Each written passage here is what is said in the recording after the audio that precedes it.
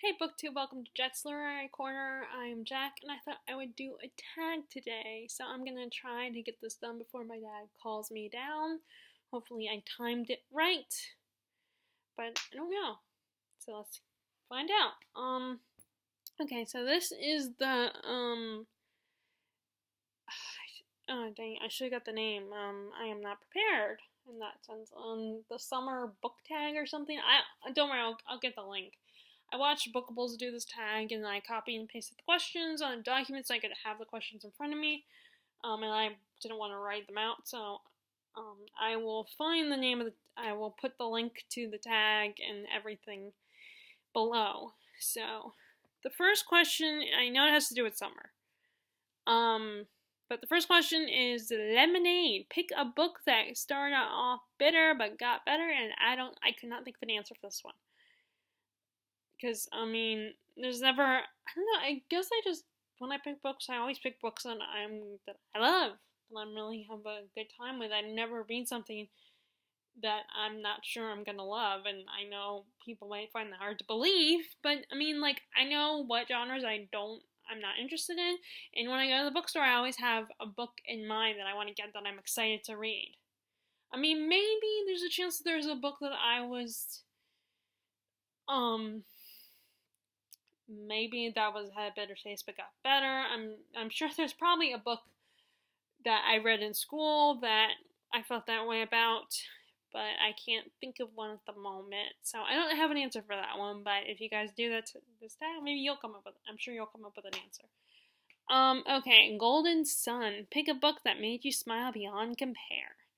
And I said Naomi Novak's His Majesty's Dragons. This is the series she wrote before Uprooted and Spinning Silver about, I can't remember, there's a name for this type of book. But it's basically, what if they had dragons during the Napoleonic War? And this is set in England, and a Navy captain, when him and his crew capture a Chinese vessel. They commandeer a what appears to be a dragon egg, and our captain, what is his name?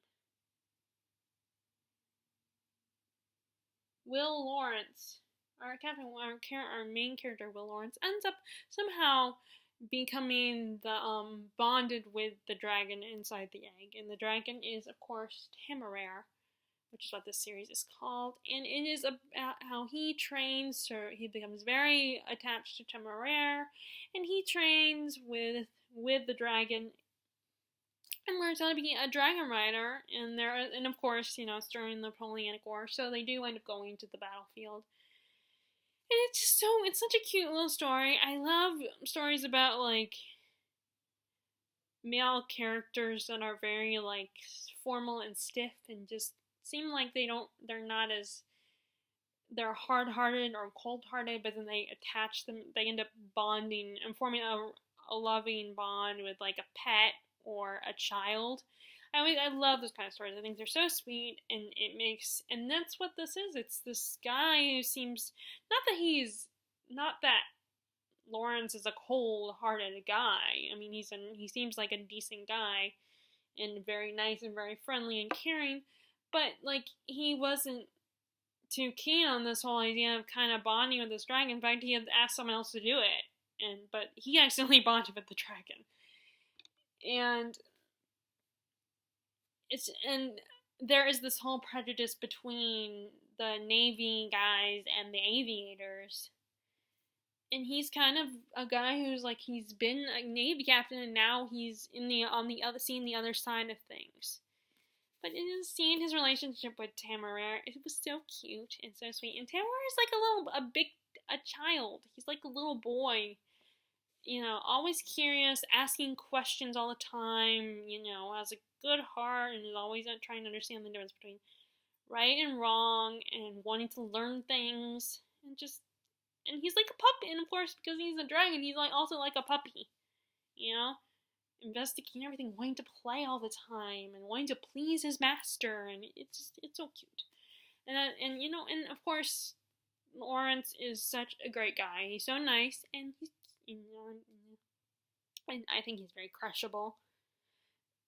And they're so great, and I'm so and I can't wait to read more of the series. And I will soon. Actually, I meant to read this month the next book. I thought about reading the next book this month because for Medievalathon, because one of the prompts has to do with reading a book with a dragon on the cover. I think that's the prompt with the helmet, but I haven't, because it would definitely not take me as long to read that as it will take me to read The Priory and the Orange Tree. So I probably should actually start that if I did decide to do it. I still got time, so I could start reading the second one. Okay, so next question is tropical flowers. Pick a book set in a foreign country. I don't have this book because I actually gave it to my sister, hoping that she would read it. And that is Crazy Rich Asians by Kevin Kwan. This is a book set in the beginning starts in New York, I think, but then most of the book is in Singapore, actually. Singapore. And it's basically about these two people, who are college professors, Rachel Chu and Nick, what is Nick's last name? Which I should know this because it's very important to the story, but I can't remember Nick's last name, but they have been dating for a while, and Nick has invited Rachel to come to his best friend's wedding and also to meet his family. Little does Rachel know, because he didn't tell her, his family is rich, and not just rich, but as the title says, crazy rich. And of course, you know how those things go when you have a lower class person hanging out with the rich upper class people, and then they're all judgmental, and they're saying, and they automatically assume that because you're not as wealthy as they are, that you're a gold digger. And Rachel gets mixed up in all the soap opera drama, trying to live up to the expectations of these people, trying to please them, especially his mother. And it's very entertaining, very amusing. I mean, I don't read books like that often, but I felt like I was just inspired to read it one time. I felt like I should read it, and plus, I kind of a part of me was like, well, in a way, I'm Asian, so I could kind of relate on some level. It was a fun book. It's fun, and I don't know if I'll ever read the last two books. I might not. But I mean, I think the movie ended the book. It did become a movie. I think the book ended on a good way. I mean, it kind of was a cliffhanger, but it's kind of like you could read it as a standalone, I think, and be perfectly content. But if you really enjoyed it enough to want, and that you're like, oh, I have to know what happens for Rachel and Nick, then you might want to. Then yeah, there's two more books. It's multi-perspective, and it was just fun, and of course, nothing like food in another country being described. Like food, I mean, it made me hungry. I mean, I'm not a big fan. Surprisingly, I mean, of course, I don't love all Asian cuisine. I love, of course, Filipino food. That's what my Asian descent is. I like Japanese food and some Korean food. I do like Mongolian barbecue. So, I mean, I don't know if it's just because of Americanized version of Chinese food, but, I'm assuming I'm not a big fan of Chinese food, but it could be just Americanized version. I mean, if it's done by an actual cook, like someone who's actually from China who knows how to cook, then yeah, it might be awesome. But it was very cool, and it was kind of nice to get an idea of because when I think about like Singapore and stuff like then I think of like, they go to Singapore in Pirates of the Caribbean and I don't have a good idea of what Singapore would look like like the modern Singapore. So it's kind of good to have that, and also the movie really helped too. But the movie did a good job. It's one of those adaptations that I think actually did a pretty good job. And it's multi-perspective. So there's a lot of stuff going on, but it's a really fun story, and it was kind of cool to read a book set in another country other than Europe. But like I said, I don't have it anymore because I gave it to my sister to read. Who knows if she ever will read it, because she doesn't have as much time because she's two little boys, a 2-year-old and a 4-year-old. Well, a 2-year-old as of tomorrow.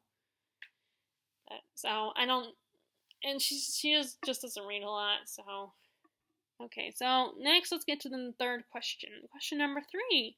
Tree shade. Pick a book in which a mysterious or shady character was first introduced. And I went ahead and picked Locke Lamora from Lies of Locke Lamora.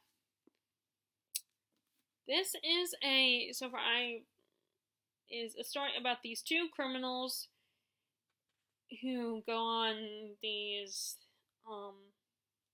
decide to pull this wine scam on a group of rich people. But Locke is such an interesting, fun character to read about and explore and get to know. He's, like I said, he's a criminal, so it's kind of like the adult equivalent to Six of Crows. And actually, like, I know some people are like, oh, I prefer Six of Crows. I love Six of Crows. And I mean, and really, deep down, I don't prefer one over the other. But I think I kind of liked this one a little bit more. And maybe because, I mean, I don't know. Maybe it's something to do with it was less that soap opera drama that comes with YA novels. And it focused more on the heist itself. Or I don't know, although I kind of like Locke as a character more so than I forget his name, than Kaz. Because Locke is a fun, charming guy. He's not so broody all the time. Although he kind of got broody. I started reading the second one and he does kind of get broody there. But he is not, I mean, he's nice to, like, his friends, but he's a trickster. He's a con man. He, puts on all these, like, scams to trick people, and so he, like, I feel like, he's definitely a shady character. But he's a fun shady character. He's not, like, a bad guy, or at least, well, I mean, he technically, yeah, he is, because he's a criminal. But it's from his perspective, so he's not really the bad guy in the story. But he's also a good guy, and he's really loyal and caring of his friends and stuff. And like I said, I'm reading the second book right now, but this is just a fun story, and it is fantasy, but there's not a lot of fantasy, so it's probably like as other people have said, it's a good good starting point. I think if you're getting more into adult fantasy. But, or, well, maybe not. I don't know what, because I know that I've watched Murphy Napier and Daniel Green's video about, like, categorizing certain fantasy books. I can't remember where they put this one. It was intermediate, or maybe it was intermediate. I don't know. I'll have to rewatch their video. But anyway, Locke is a very shady character, but he's a fun shady character. And you gotta root for him. Okay, so next question is question number. Okay, this is another one that I didn't really have an answer for. And that is Beach saying, pick a book that was grainy and the plot barely developed. Like I said, I didn't have one for this. I mean, I don't know if any of the books I've read, someone could feel that way. Like, but, as far as I know, I haven't had any books that feel like that.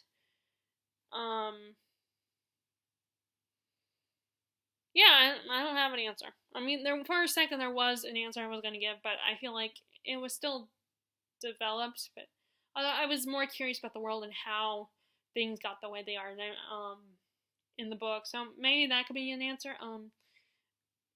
The Handmaid's Tale by Margaret Atwood. I definitely felt like we should have gotten more about the world and explained more why, but maybe not. I mean, it's kind of not the best answer, but if I had to pick an answer, then I guess that would be it. And I mean, I can't even think of any books from way back that I could think of that felt that way. Okay, so Greengrass. Pick a characters that were full of life, making you smile. And I picked Dundalion from the Witcher series. This is a series about a witch hunter, or I mean, not witch hunter, a monster hunter, kind of like a Slayer. If any of you guys watch Buffy, and Dundalion is one of his best friends. He is a troubadour and a bit of a ladies' man. He is definitely a major flirt. He's kind of a man whore, if you think about it. But he's, in a way, he's kind of charming. Although he's not someone I would date. He's someone that I wouldn't mind hanging out with and being entertained. Not in a sexual way, but in a, he's a troubadour. So I wouldn't mind hearing his ballads.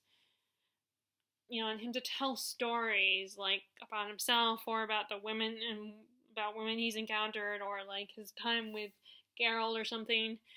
But he was just fun and amusing, and I liked hanging out with him. I liked seeing him and Geralt doing stuff together and hanging out and sniping at each other like an old married couple.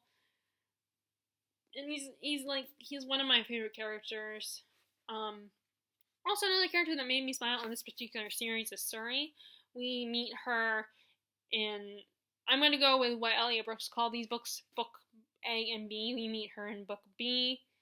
And I say that because these are actually a collection of short stories, and then Blood of Elves is the one that officially has the label of book 1 in the series. And then she said on her video where she talked about the series, I can't remember what it was. Oh, I think she was looking at the trailer because this is a stream. It's going to be a Amazon Prime show or something. But she was like, she was just like, just call these books book A and book B. So she's another character that made me smile because she's so cute and so feisty and really told on and was not afraid to stand up to Geralt and be like, call him out and stuff with which again that has that trope that I mentioned earlier.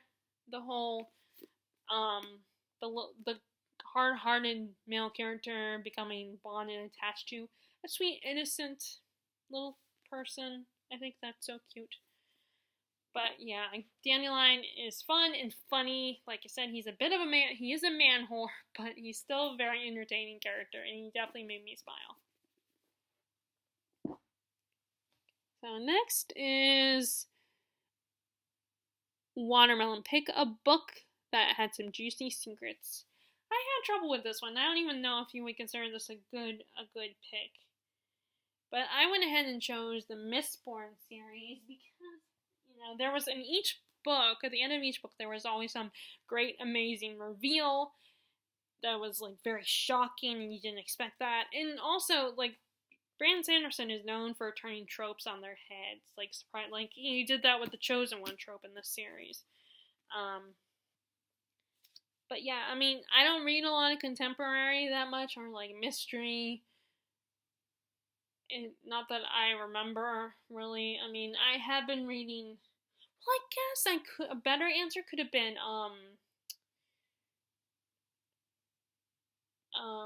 what is it?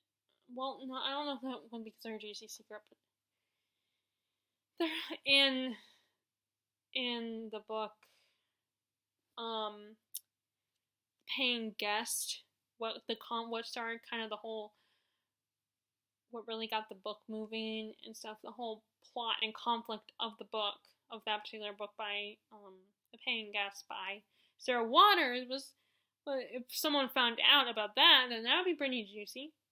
And I'm sure, well, I guess I haven't read any Agatha Christie lately because I'm sure I could come up with the answer to that. I've been meaning to read, and then there were none. So, which I might bring with me because we might be going to South Carolina, and if I get that off, I just gotta wait and get the official, let them letting me know that I got that time off. Which, I mean, maybe I did because I feel like they work me more days if I ask off. But, before that time. But anyway, so yeah, I'll just stick with this answer. that I feel like every book had some juicy secret revealed, origin reveal by the end of the book. So I'm gonna go with that. Okay, so next is Sun Hat. Pick a book that had a you know, I should have worn my sun hat for this tag. Pick a book that had a big, vast universe / setting. And I went ahead and picked the Song of Ice and Fire series by George R. Martin. This is a vast setting. It's a whole world, it's a whole country. And recently, and I begrudgingly accepted that this apparently takes place on another planet.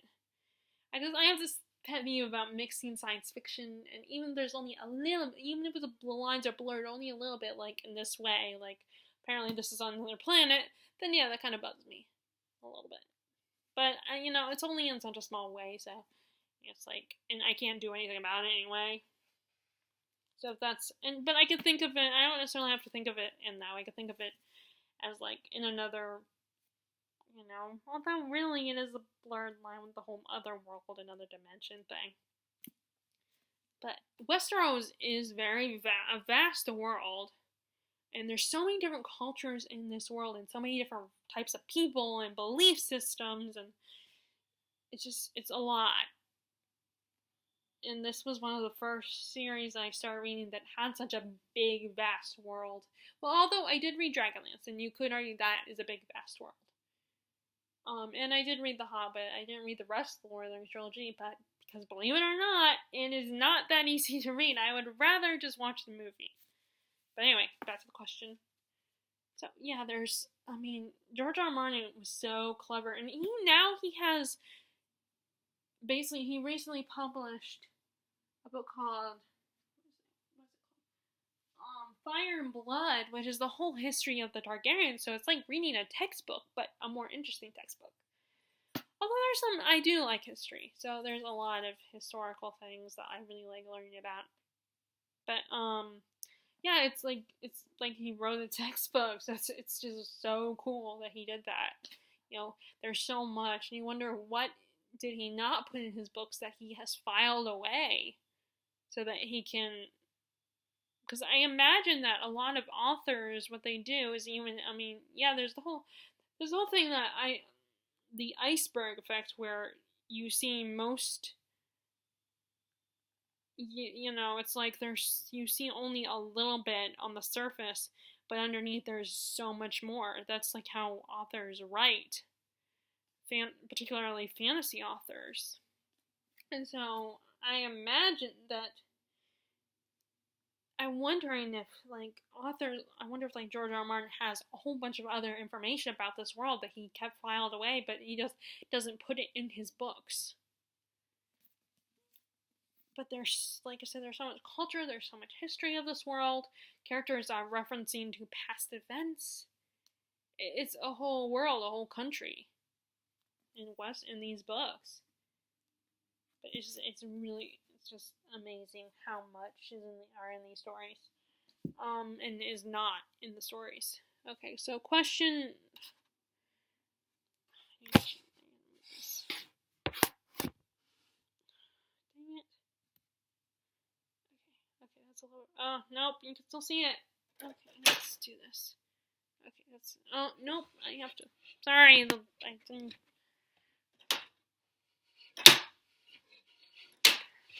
Does that help? Okay. Yep, that helps. Sorry about that. Okay, so next question is Sun Hat. Okay, barbecue. Pick a book in which a character was portrayed as a hunk. And I just literally picked my answer for this. I haven't thought about it yet. Well, although I did think about this morning. But I went ahead and decided to go with, although you really could go with any of the guys in this series, and but I'm going with my favorite character, male character, and that is Carswell Thorne from Crest, from the Lunar Chronicles and book he is, well, actually he's introduced in Scarlet, but then he kind of takes center stage as the prince character in this story, because each of these stories in this series is a fairy tale retelling, and this one is Rapunzel. But this is basically in a world where the Fourth World War has happened. I believe it's the Fourth World War that they say happened, and this is, and in this world you have the people, they have rebuilt all the countries, and now so we're divided into like I can't remember what all the countries are called, what all the countries, like the UK and Asia, but they're under different names. The US,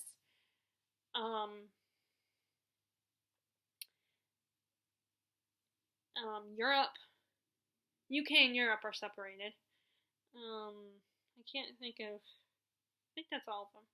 I think under different names, and in this, and you also have people living, colonizing on the moon, and those people are called Lunars, and they have the power to, and they have a bit of a mind control power. They can manipulate your bioelectricity and make you see what they want you to see. And the main character in this book, in this third book in the series, Crescent, she is a shell, which means that she is a lunar, but she does not have that power. And the Lunars are ruled by Lamora, who is wanting to take over Earth and has set her sights on marrying the Emperor, or, well, he was the prince in the first book, but now he's the Emperor of New Beijing. And that's kind of what the first one introduces, and in this one, it's revealed that Lavana and her right-hand woman had asked Crest, because she is really super smart and understands computers very well, that asked her to be the surveillance on Earth. And so she is a spy for Earth and is trapped in a satellite. That's the tower. And our main character in the first book, Cinder, and the other characters who have joined her go on a rescue mission to save. They contact this girl and go on a rescue mission to save her. And Thorn goes to the satellite and tries to escape, but then things happen. The satellite starts to crash down to Earth, and instead of getting pricked by thorns, he gets his head smashed, and so he loses he temporarily goes blind. And they do fix it in the fourth book, which I need to read the fourth book. You know what? I should just grab it tonight and start reading it. And they get lost in the desert, which does happen in the original fairy tale.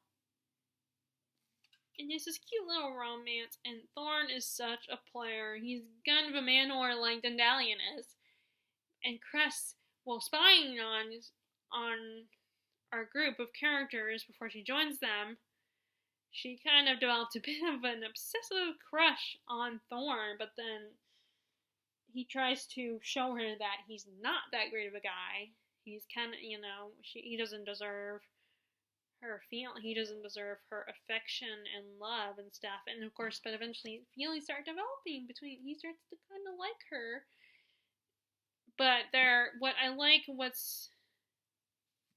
it's such a cute romance, but Thorn is he's funny and he's charming, he's good looking. He's like a cross between Han Solo and Star-Lord from Guardians of the Galaxy. Okay, I'll be done in a little bit. Dang it, I'm so close. I'm almost done. And dang it. Well, let me just finish this up real quick. So yeah, I love Thorn. He's so crushable and he's charming, but he is he wouldn't be the best. Ooh, I just remembered. This series. I should do this series as crushable characters, if characters are dateable or not. I started doing, I don't know if you guys watched these videos where I've done a couple of videos where I talk about characters to see if they're dateable, to have their personalities and stuff like that, and they're, and I was trying to find another a book series or a book to do that, but I was trying to pick one that was, in the in reality you wouldn't want to date them at all, but a part of you has a crush on these characters. But anyway, but yes, the character I pick as a hunk is Carswell Thorne. Okay, so I'm not gonna do this last part, but the last part is summer fun, pass the tag on. I'm not gonna tag anybody because I feel like I'm still not as known as a booktuber, so I don't want to tag anybody. So, but I do hope you guys do this tag and feel free to do it. It's a fun tag. If you like this video, be sure to give it a thumbs up and click subscribe if you haven't already. And as always, I hope you are enjoying your reading, and I will talk to y'all later. Alright, bye!